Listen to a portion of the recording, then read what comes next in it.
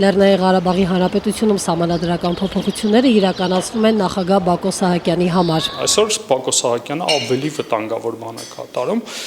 սահմանին լարված սահման ունենալով նախապատրաստվում է սահմանադրական փոփոխություններ, նպատակը Բակո Սահակյանի իշխանության վերարտադրությունն է։ Լեռնային Ղարաբաղի Հանրապետության նոր սահմանադրության վերջին գլուխը տեսական հնարավորություն է ստեղծում Բակո Սահակյանին իր լիազորությունների ավարտից 2017 թվականից հետո պաշտոնավարել անցումային շրջանում մինչև 2020 թվականը, որից հետո նա կարող է եւս 2 անգամ հավակնել նախագահի պաշտոնին մինչև 2030 թվականը։ Արցախում ժողովրդավարություն եւ զարգացում ապահովելու հակառակ կառուցում են այլ մոդել, ավտորիտար մոդել, որտեղ իշխանությունը երկարաժամկետ է մնալու ու մի օր կարող է կանգնել խորհրդային միության վտանգների առաջ։ Նախագծով սահմանվում է նաեւ նախագահական ուժեղ կառավարում, վերացվում է վարչապետի պաշտոնը, փոխարենը մտցվում է պետական նախարարի ինստիտուտ, որին ինչպես եւ նախարարների նշանակում է նախագահը։ Ամեն ինչ արվում է նրան, որ եւ պատերազմի եւ խաղաղության ժամանակ Լեռնային Ղարաբաղի պետական եւ սահմանադրական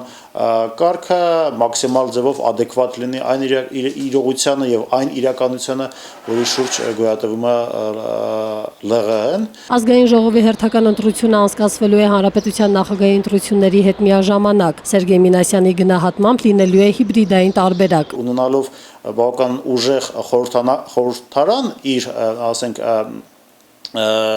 հնարավորություններով կարա խթանի ժողովրդավարական գործընթացներին, մյուս կողմից նաև հիբրիդային կամ կիսա նախագահական, կիսա հանրապետական, կիսա խորհրդարանական համակարգը նաև հնարավորություն տալիս գլխավոր գերագույն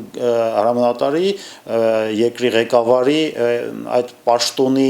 դերը չնվազեցնել։ Քաղաքագետ Արմեն Գրիգորյանը հակառակ տեսակետին է, սահմանադրական մոդելի փոփոխության խնդիր չկա Լեռնային Ղարաբաղի Հանրապետությունում, այլ միայն ժողովրդավարության, որը գնալով ավելի է սահմանափակվում։ Սահմանադրությունը որևէ ձև չէր խանգարում, որպեսզի սահմանին նախախորհրդարանի անդամներին չծեծեն, падգամավոր Հայկ Խանոմյանին չծեծեն։ Սահմանադրության առաջին հոդվածով նաև Լեռնային Ղարաբաղի Հանրապետության պաշտոնական անվանմանը ավելանում է Արցախի Հանրապետություն անվանումը, դրանք կհամարվեն նույնական։ Ադրբեջանական կողմը միշտ փորձում է ելնելով այն հանգամանքից, որ Ղարաբաղ անունը ինչ որ թուրքական արմատներ ունի կամ պարսկական եւ այդ հանգամանքը փորձում է շահգործելով օգտագործի քարոզչական առումով։ Քաղաքագետի համոզմամբ անվան փոփոխությունն ուղղակի մեսիջ է ուղղված եւ միջազգային հանրությանը եւ Ադրբեջանին։ Քաղաքական գործիչները